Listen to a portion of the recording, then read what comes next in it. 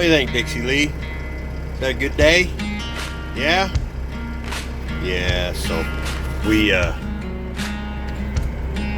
trying to find parts for an AMX or a Javelin or anything is a nightmare, and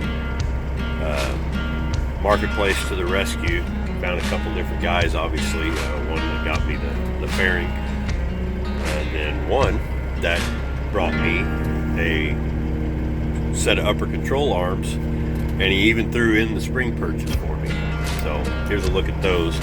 This is what they're supposed to look like. Mine on my passenger side has a huge crack right there, and I can already see why.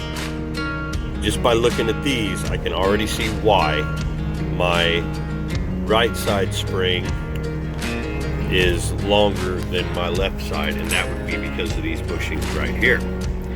You can see how this one right here is doing the same thing. Look how far over that's moved.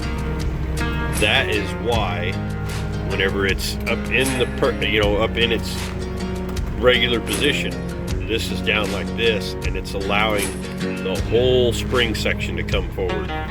So yeah, hey, I got two of them. He even gave me the spring purchase that have these hard to find coil spring pivot bushings. These are probably as good a shape as mine. I need to get new ones, but $140 a piece.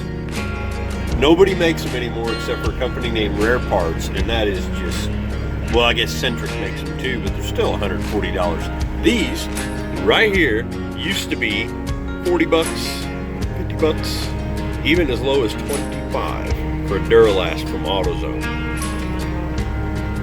Whatever, I got them. That's gonna help me out a bunch. Now I can put it back together, because honestly I ain't gonna worry. I think my coil spring parts, this pivot bushing, I think they're in better shape than these, but I may just order them if I can get them. I guess I'll order them. Might as well put it together all right? Anyway, got my parts. Hard to find.